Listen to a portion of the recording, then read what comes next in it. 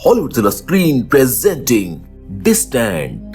कहानी की शुरुआत में हम देखते हैं एक स्पेसशिप को जो आउटर स्पेस में जा रही होती है। स्पेसशिप में मौजूद सभी टीम मेंबर्स आराम से सो रहे थे क्योंकि उनके सिलेक्टेड डेस्टिनेशन पर पहुंचने में उन्हें अभी 4 साल और लगने वाले थे। लेकिन तभी अचानक से एक स्टोन आकर स्पेसशिप से टकरा जाता है, जिससे कि स्पेसशिप को बहुत नुकसान होता है और उसमें होल भी हो जाता है। होल होने की वजह से स्पेसशिप में डेंजर अलार्म ऑन हो जाता है और सारे सेफ्टी सिस्टम अपने आप एक्टिवेट हो जाते हैं। वही स्पेसशिप का एक टीम मेंबर एंडी हलचल की वजह से जाग जाता है और अपनी फैमिली की एक वीडियो क्लिप स्क्रीन पर देखता है, जिसको देखकर एंडी को अपनी फैमिली की याद आने लगती है और वो इमोशनल हो जाता है। लेकिन स्पेसशिप में मौजूद सिस्टम को ऐसे कमांड मिले थे कि एंडी डेंजर में है, इसीलिए सिस्टम प्रोटेक्ट ऑन होके एंडी को चारों तरफ से कवर करना स्टार्ट कर देता है और जल्द ही एंडी एक ऑक्सीजन सूट पहन लेता है। अगले ही पल पूरे आउटर स्पेस में एस्टेरॉइड्स स्पेसशिप से टकरा रहे थे, जिससे कि स्पेसशिप का एक एक पार्ट डिस्ट्रॉय हो रहा था, साथ ही आग भी लग जाती है। ये सारी चीजें एंडी देख रहा होता है। स्पेसशिप आउट ऑफ कंट्रोल होने की वजह से पूरा तहस नहस हो जाता है। स्पेस में ग्रेविटी फोर्स की वजह से स्पेसशिप अपने क्रायोपॉड्स को डिस्कनेक्ट करने लगता है। एंडी का क्रायोपॉड्स डिस्कनेक्ट होते ही अपने विंग ओपन कर लेता है और तभी एस्टेरॉइड उसके पॉड से टकराता है और पॉड तेजी से एक बर्फ से ढकी ठंडी जगह पर आ गिरता है। अब एंडी उस क्रायोपॉड से बाहर आने की कोशिश करता है क्योंकि उसमें कभी भी आग लग सकती है। क्रायोपॉड का डोर ना खुलने पर एंडी शीशे के डोर को किक मारकर खोलता है, जिससे उसका स्पेशल सूट फट जाता है। बट लकीली उसको फिक्स करने के लिए एंडी के पास एक स्प्रे होता है, लेकिन इस दौरान काफी ऑक्सीजन वेस्ट हो चुकी थी। इसलिए एंडी अपने बेटे का टॉय जो उसने निशाने के तौर पर अपने पास रखा था उसको लेकर बाहर आ जाता है। एंडी सूट में लगे सिस्टम से उसी की तरह फंसे आसपास के लोगों को रेडियो के जरिए कनेक्ट करने की कोशिश करता है, लेकिन उससे कुछ पता नहीं चलता। तभी सिस्टम एंडी को इन्फॉर्म करता है कि वो अर्थ और अपने डेस्टिनेशन के पीछे है, यानी स्पेसशिप ने आधा रास्ता ही तय किया था और ये सब हो गया। खैर अब एंडी को कुछ समझ नहीं आता कि आगे वो क्या करे, लेकिन तभी उसको दूर कहीं रोशनी दिखाई देती है। इसलिए एंडी उस रोशनी की तरफ बढ़ चलता है इस उम्मीद में कि उसको वहां पर कोई ना कोई तो मिल ही जाएगा। लेकिन वहां पर पहुंचकर एंडी के हाथ सिर्फ निराशा ही लगती है, क्योंकि वहां पर स्पेसशिप चल रहा था। जिसके बाद एंडी वहां से जाने लगता है, जहां उसकी नजर एक क्रायोपॉड में मौजूद ऑक्सीजन टैंक पर पड़ती है। क्योंकि उसकी ऑक्सीजन भी कम थी, इसलिए एंडी उसको लेने जाता है, लेकिन बदकिस्मती से वो भी खाली होता है। एंडी धीरे धीरे आगे बढ़ता है और क्रायोपॉड्स के पास से गुजरता है, लेकिन उसके हाथ कुछ भी नहीं लगता। यहाँ पर हम ध्यान देते हैं कि हर क्रायोपॉड के ऊपर कुछ अजीब से निशान बने हुए थे, जो कि किसी खतरे की तरफ इशारा कर रहे थे। जिसके नेक्स्ट सीन में एंडी को एक ऐसी जगह दिखती है जहाँ चारों तरफ लाइट और रेत उड़ रही थी। तभी एंडी की मुलाकात उसी की तरह एक और सर्वाइवर ड्वेन से होती है, जो ये सब इसलिए कर रहा था कि अगर उनकी कंपनी उनको बचाने के लिए रेस्क्यू टीम भेजे तो उनको वो देख सके। साथ ही में ड्वेन कंपनी वालों को बहुत भला बुरा कहता है, क्योंकि उन्होंने फ्यूल और समय बचाने के लिए ही इस रास्ते को चुना था। आगे ड्वेन बताता है कि उसने कम्युनिकेशन डिवाइस के जरिए अर्थ पर हेल्प मैसेज भेज दिया है, लेकिन इस मैसेज को पहुंचने में 8 महीने लगेंगे और वहां से रेस्क्यू टीम आने में 1.5 साल। यानी अब कैसे भी करके उन्हें इस प्लेनेट पर लगभग 2 साल बिताने हों। ड्वेन की बातें सुनकर एंडी डर जाता है कि वो लोग 2 साल की ऑक्सीजन और खाने पीने की चीजों का इंतजाम कैसे करेंगे। लेकिन तभी ड्वेन उसको बताता है कि उसके मेन स्पेसशिप में बहुत सारा खाना और पानी है, उन्हें सिर्फ उस स्पेसशिप को ढूंढना है। ये सुनकर एंडी खुश हो जाता है और ड्वेन के साथ उसका स्पेसशिप ढूंढने जाने की तैयारी करने लगता है। लेकिन तभी पीछे से कोई क्रिएचर ड्वेन को एक झटके में अपने साथ उड़ा कर ले जाता है और जब एंडी पीछे मुड़ता है तो वहां पर ड्वेन को ना पाकर ये सोचता है कि शायद वो अपना खाना और ऑक्सीजन मेरे साथ शेयर नहीं करना चाहता था, इसीलिए अकेले ही चला गया। अब एंडी के पास अकेले आगे बढ़ने के अलावा कोई ऑप्शन नहीं बचा था। एंडी चलते चलते एक ऐसी जगह पहुंचता है जहां से दूर दूर तक कुछ भी नजर नहीं आता। तब एंडी को अपने बेटे और वाइफ की याद आती है। उसको डर भी लगता है कि शायद वो अब कभी भी उनसे नहीं मिल पाएगा। लेकिन यहाँ एंडी ड्वेन की रेडियो रेडिएटर अपने साथ ले आया था, जिसमें अचानक से एक लड़की जिसका नाम नाओमी है उसकी आवाज सुनाई देती है, जो कि हेल्प मांग रही थी क्योंकि उसका स्पेसशिप भी क्रैश हो गया था और नाओमी का पाँव उसमें फंस चुका था। एंडी का आर्टिफिशियल सिस्टम उसको वहां जाने से रोकता है क्योंकि वो इलाका डेंजर जोन में था। पर एंडी समझ नहीं पाता कि वो अपने लिए ऑक्सीजन का इंतजाम करे या नाओमी को बचाए। फिर भी वो नाओमी को बचाने का फैसला करता है और उसकी तरफ बढ़ने लगता है, जहाँ रास्ते में ही रात हो जाती है और एंडी को अजीब अजीब आवाजें सुनाई देती है। रात की वजह से एंडी का सूट डिटेक्ट नहीं कर पा रहा था कि ये कैसी आवाज है, इसीलिए एंडी नाओमी से बातें करता है, जहाँ पर नाओमी उसको बताती है कि उसका सिस्टम शो कर रहा है कि उसके टीम मेंबर्स भी उसी रास्ते की तरफ गए थे जहाँ से अभी एंडी आ रहा है, लेकिन उनमें से कोई भी एंडी को नहीं मिला। और तभी अचानक से एक चमकीला गोला फूटता है, जिसकी रोशनी में एंडी को एक अजीब सा बड़ा क्रिएचर दिखाई देता है, जिसको देख एंडी छुप जाता है। शायद इसी ने नाओमी के मेंबर्स को मार डाला हो।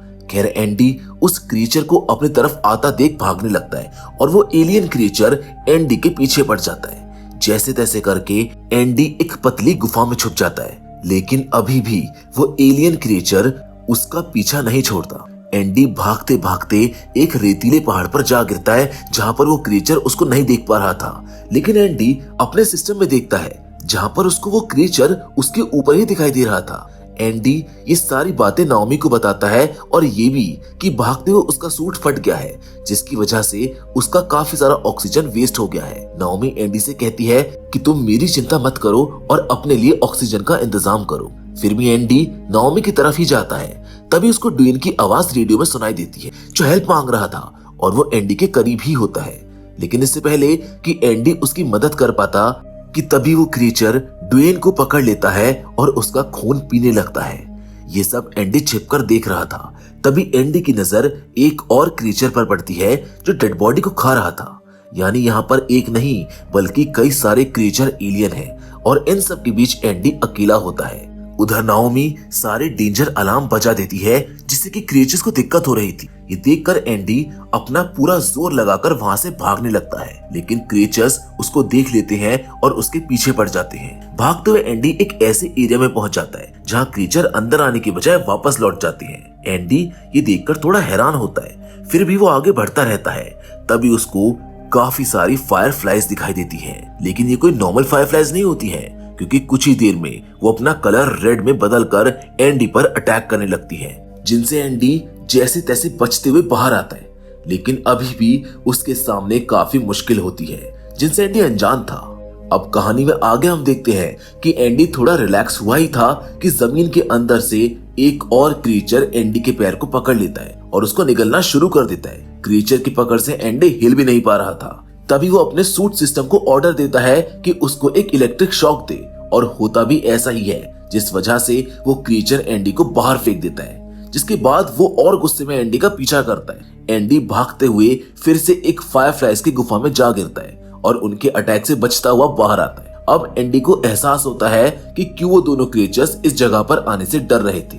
जहां आगे अब हम देखते हैं कि एंडी का सिस्टम उसको वार्न करता है कि उसका ऑक्सीजन अब खत्म होने वाला है। फिर भी एंडी हार नहीं मानता है और अपनी पूरी ताकत से नाओमी के क्रायोपॉड की तरफ भागता है, जहां पहुंचने के बाद तुरंत ही उसका ऑक्सीजन लेवल 1% से भी कम हो जाता है और उसको सांस लेने में दिक्कत होने लगती है।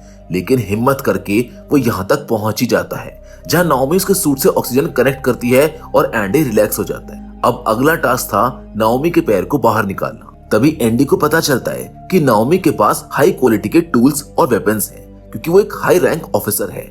एंडी उस टूल्स को यूज करके आखिरकार नाओमी के पैर को बाहर निकाल ही लेता है। अब दोनों अपने मेन स्पेसशिप तक जाने के लिए बाहर आते हैं, ताकि वो खुद को वहां लॉक करके अगले 2 साल तक सेफ रह सके। वहीं नाओमी को चलने में हो रही तकलीफ को देखकर एंडी उसकी हेल्प करता है और दोनों मेन स्पेसशिप की तरफ जाने लगते हैं। लेकिन उनको ऐसा एहसास होता है कि उनके पीछे काफी सारे क्रिएचर्स आ रहे हैं, इसलिए वो दोनों मेन शिप की तरफ भागते हैं। कुछ ही देर में उन्हें उनका मेन स्पेसशिप दिखाई देता है, लेकिन वो क्रिएचर्स उनके बहुत करीब आ चुके थे, इसलिए वो दोनों सरफेस पर पड़े क्रायोपॉड्स के टुकड़ों के नीचे छुप जाते हैं, जहां से नाओमी अपने साथ लाई गन से एक क्रिएचर को शूट करती है। गन से निकलने वाली लाइट से क्रिएचर को दिक्कत होती है और वो पीछे हटने लगता है। ये बात नोटिस करती नाओमी एक एक करके सभी क्रिएचर्स को शूट करके पीछे कर देती है और वो दोनों मेन शिप में एंटर हो जाते हैं। लेकिन कुछ टेक्निकल इशू की वजह से डोर लॉक नहीं हो पा रहा था। तभी इस बात का फायदा उठाकर एक क्रिएचर इनकी तरफ आने लगता है और क्रिएचर जैसे स्पेसशिप में एंट्री करने वाला होता है कि तभी डोर लॉक हो जाता है, जिससे कि उस क्रिएचर का आधा हिस्सा कट हो जाता है। अब नाओमी और एंडी स्पेसशिप की कंडीशन को देखने लगते हैं, जहां उनको मेन जनरेटर अभी भी एक्टिव मिलता है, जो कि एक बहुत बड़ी राहत की बात थी। सोलर पैनल से वो लाइट्स का जुगाड़ कर लेते हैं, लेकिन अभी भी उनकी सबसे बड़ी चिंता खाना पानी को लेकर थी कि क्या वो अभी तक सेफ होंगी।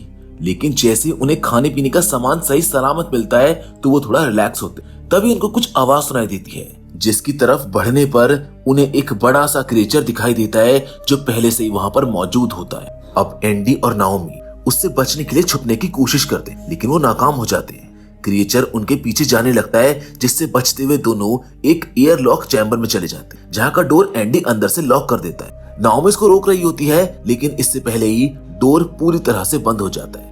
जिसके बाद नाओमी एंडी को बताती है कि ये डोर सिर्फ बाहर से खुल सकता है, यानी अब शायद हम बाहर नहीं निकल पाएंगे और यहीं पर हम दोनों दम तोड़ देंगे। एंडी ये सुनते ही डोर को खोलने की कोशिश में लग जाता है, लेकिन उसका कोई फायदा नहीं होता और दोनों थक हार कर वहीं पर बैठ जाते हैं, जहां पर अब मायूस एंडी फिर से अपनी फैमिली की वीडियो देखता है, जिसको देख नाओमी से पूछती है कि आखिर तुम अपनी फैमिली को छोड़कर इस ट्रिप पर आए ही क्यों थे। तब जाकर एंडी बताता है कि वो यहाँ पर अपने गिल्ड से दूर होने के लिए आया है, क्योंकि उसकी वजह से आज उसकी वाइफ और बेटा इस दुनिया में नहीं है। फिर एंडी नाओमी को बताता है कि एक दिन वो अपनी फैमिली के साथ ड्राइव कर रहा था, जहां एक एक्सीडेंट में उसकी वाइफ और उसके बेटे की मौत हो गई, और शायद इसीलिए ही एंडी अपनी जान की फिक्र ना करते हुए नाओमी को बचाने आया था। नाओमी एंडी की बातें सुनकर उसको समझाती है और उससे प्रॉमिस करती है कि अब वो कभी अकेला नहीं होगा। साथ ही अपनी जान बचाने के लिए नाओमी एंडी को गले लगाकर थैंक्स भी करती है। लेकिन गले लगाते ही नाओमी की नजर एंडी के सूट पर चिपकी फायरफ्लाइज पर पड़ती है, जो शायद भागते वक्त एंडी से चिपक गई थी। वहीं दूसरी ओर वो क्रिएचर एयरलॉक रूम को तोड़कर अंदर आ जाता है, जिससे बचने के लिए नाओमी उन फायरफ्लाइज को उस क्रिएचर के ऊपर फेंक कर एंडी के साथ बाहर भाग जाती है। अब वो दोनों स्पेसशिप की एक ऐसी जगह पर थे जहां से उनको नीचे की तरफ कूदना होगा, और दोनों कूद भी जाते हैं। एंडी और नाओमी डिसाइड करते हैं कि अगर उनको 2 साल तक सरवाइव करना है तो उन्हें उस क्रिएचर को मारना ही होगा। इसीलिए दोनों एक प्लान बनाते हैं कि नाओमी क्रिएचर को अपने पीछे लगाकर उसको एक ऐसे स्पॉट पर लेकर आएगी जहां से एंडी उस पर एक क्रायोपॉड से अटैक कर देगा।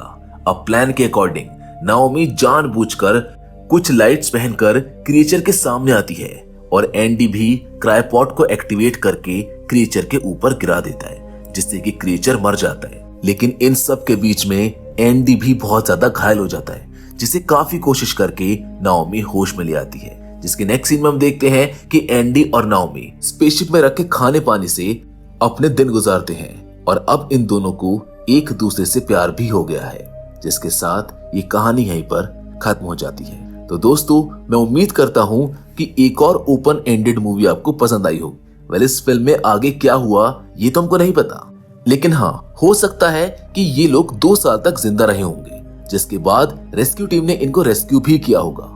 पर ये सिर्फ एक थ्योरी है, हो सकता है कि हमको इसका सेकंड पार्ट बहुत जल्द देखने के लिए मिले। पर फिलहाल जितना हमको अभी इस फिल्म में दिखाया गया है वो मैंने आपके सामने एक्सप्लेन कर दिया है, इसीलिए आज की कहानी में तो बस इतना ही। लेकिन हम फिर से जरूर मिलेंगे, और वो भी एक और नई इंटरेस्टिंग कहानी के साथ। और हमेशा की तरह तब तक के लिए धन्यवाद।